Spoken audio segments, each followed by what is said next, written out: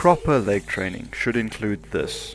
Yeah, hello there. So today we're going to be having a look at some floor exercises. This is more of a demonstration of what functional range of motion in the joints looks like on the floor. So simple things like extending the ankle, getting the knee and hip roller to rotate in, which allows me to do things like put my weight forward and onto my leg. So I can put my weight here, weight back. I can't really stand in this position. If I move my weight forward onto my leg, now my weight is on my base of support, in between my base of support on this leg. That brings me into a half kneeling position. So I've got my one foot connected to the floor here, and I can shift my weight onto this, and that allows me to move this leg more freely because my weight is on this side.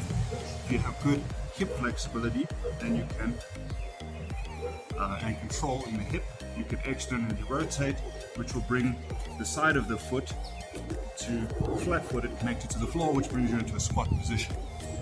Okay, so from the other side, then lower this knee to the floor.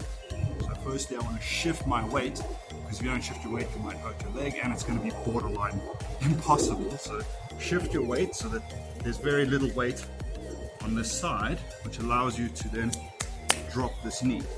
If I want, so you can see my foot here is pointed in that position. This is going to create additional rotation here in the knee, which can be fine, but it can cause problems with some people, and you don't want to put a lot of weight there because you can overstretch the ligaments.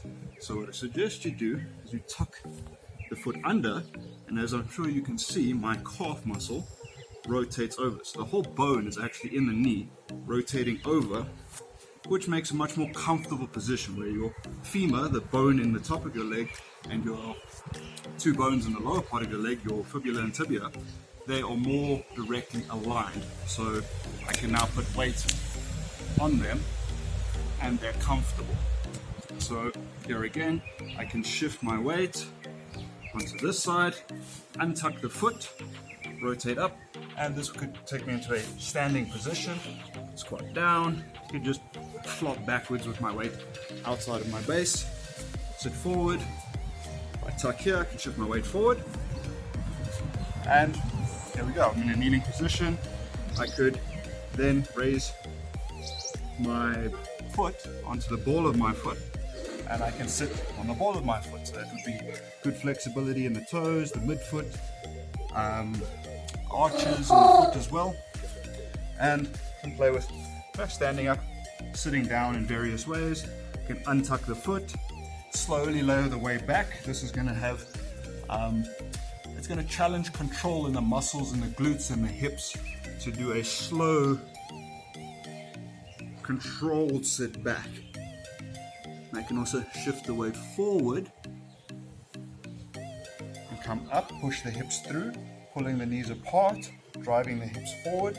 This is again hip flexibility, functional hip flexibility that everyone should have. If we didn't sit in chairs all the time and we spent more time down on the floor as kind of nature intended, yeah, we would have access to this range of motion. Most children have this.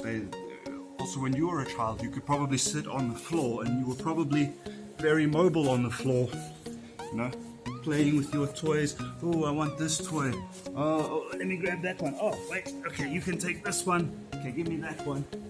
Okay, thank you. And play. And I can ta-ta-ta-ta-ta, and I'm putting my Legos together. I'm gonna sit back. Oh, wait, let me grab this. You know, oh, this way. Yeah, grab that quickly. Okay, wait. As you can see, there's a lot of hip rotation, spinal rotation, stabilization. Ooh, I'm not getting too far off camera. So yeah, hip rotation, spinal rotation, stabilization. So you're challenging your body in a functional way to both be stable when it needs to, but also mobile when it needs to, in a controlled fashion that you don't hurt yourself and you're able to functionally execute tasks to reach objectives.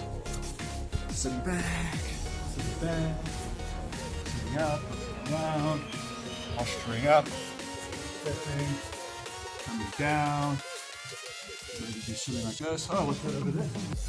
Oh, yeah. Coming back, We can try to do that a little bit slower with more control. This just shows that the knees are a lot more complicated than just hinges, like a lot of textbooks and doctors and various professionals refer them to. So the knee is a lot like a hinge, but it's not a hinge. So yes, it primarily goes forward and backwards, just like the elbow.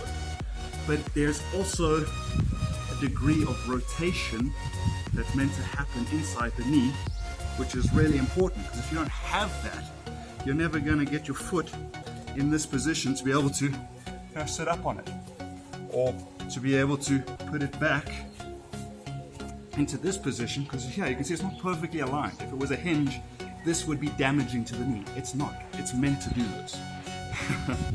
And that allows me to shift my weight down. I mean, this requires pretty good range of motion. A lot of people that haven't done any of this kind of training will struggle to get this degree of motion probably for the first few weeks. But 90% or more of people will get you with a little bit of time and effort. You can see how that allows your legs to be a lot more functional for movement purposes.